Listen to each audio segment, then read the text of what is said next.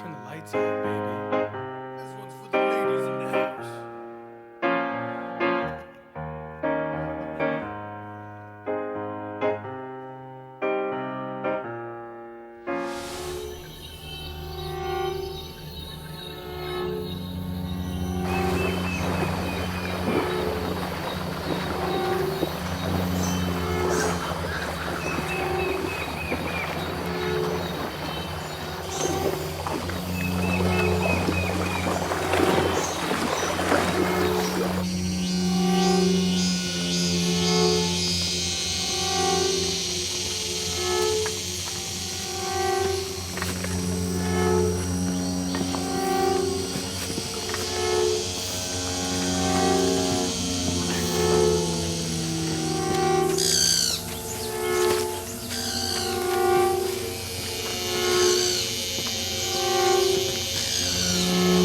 Faire une pause, le gamin est crevé.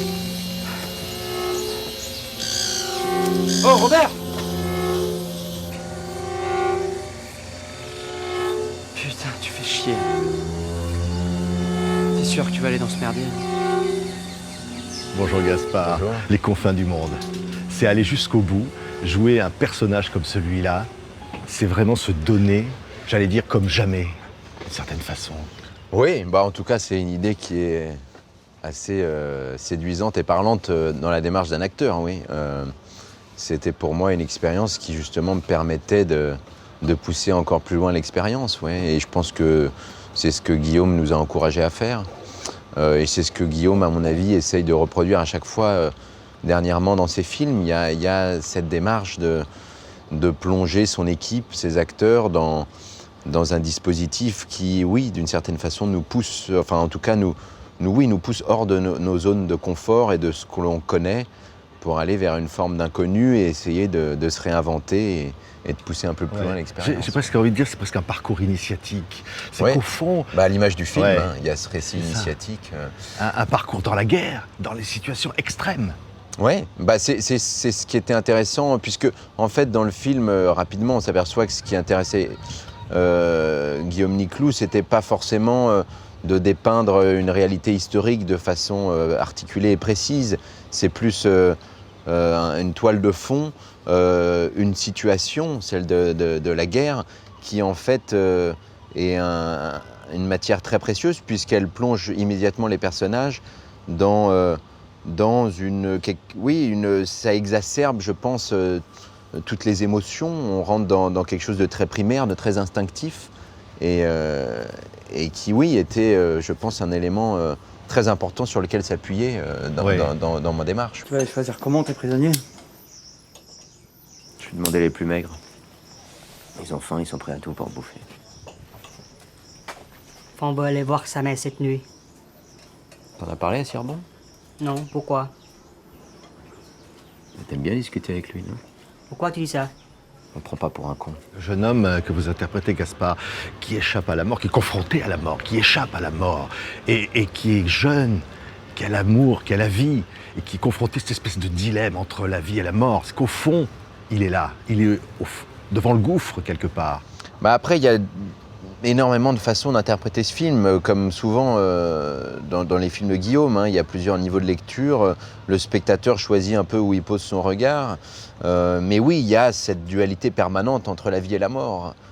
C'est pas pour rien que la première séquence, c'est cette scène qui montre le personnage principal sortir d'un charnier. Donc c'est comme s'il revenait d'entre les morts. Donc il y a cette idée, un peu spectrale, fantomatique, qui parcourt le personnage tout au long du film. Et l'amour aussi, la chair, L'amour, bien la sûr. sexualité, la perte peut-être de la virilité. Il y a ces notions-là. Ou la sexualité Ouais. qui est aussi une façon de se reconnecter à la vie, comme un geste fondamental, un ferment de la vie. Oui, c'est un jeu permanent avec tous ces éléments qui, très rapidement, pour moi, le film bascule dans une dimension totalement métaphysique, presque mystique.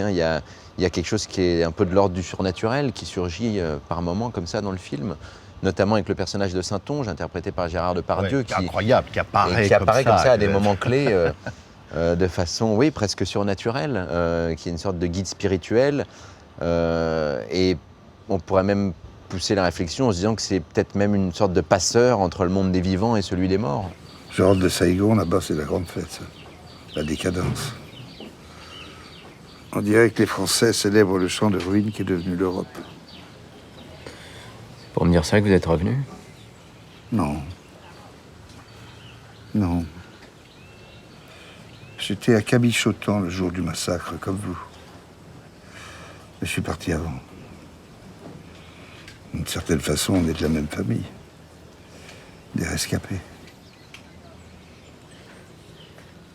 Pourquoi vous m'avez rien dit? Le complexe du survivant. Quand j'ai écouté votre histoire de chez le commandant Orlan, je me suis senti moins seul, moins coupable Coupable de quoi? d'être vivant. Ça vous le fait pas, vous? Qu'est-ce que vous faisiez là-bas? Je voulais voir à quoi ressemble l'homme qui a pris le contrôle du Delta. Voir Vominienne en chair et en os. Il a tué mon frère. Vraiment? Il a tué votre frère? Il a laissé faire, je vous l'ai déjà dit, c'est pareil. Je ne crois pas. On est là, on est à cette marge-là, et puis il y a quand même la vie. Il y a cette jeune femme qui va L'amour, illuminer, le sexe, voilà, et qui la est une chair. prostituée, on va le dire sans dévoiler le film, mais qui au fond a renoncé elle-même à sa propre vie, mais qui peut-être va rebasculer du côté de la vie réelle. Oui, et puis il y a... Bon, après, je veux pas trop en dire sur le film, mais à la fin, il y a aussi cet enfant, on ne sait pas à qui il appartient, mais oui, il y a quelque chose par rapport au cycle de la vie, même dans la construction du film en elle-même, hein, qui est une construction en boucle, c'est-à-dire qu'on a cette image de début qu'on retrouve à la fin. C'est comme si on était en fait dans une sorte de stase tout au long, une forme d'errement, d'errance, qui pour moi s'apparente à comme si le personnage était un peu dans les limbes, donc entre la vie et la mort en permanence, ouais. Et il oscille d'un pôle à l'autre en permanence. Et il y a cette obstination dans la mort, dans la vengeance, et cette obstination aussi dans l'amour, dans la vie, mais d'une certaine façon, ça conduit inévitablement à une forme d'enfermement, en fait, hein. Ce personnage est enfermé dans sa guerre intérieure, c'est-à-dire que c'est pas tant un film de guerre que la guerre de ce personnage, en fait, la guerre interne, intérieure de ce personnage. Merci beaucoup Gaspard, aux confins du monde. Merci.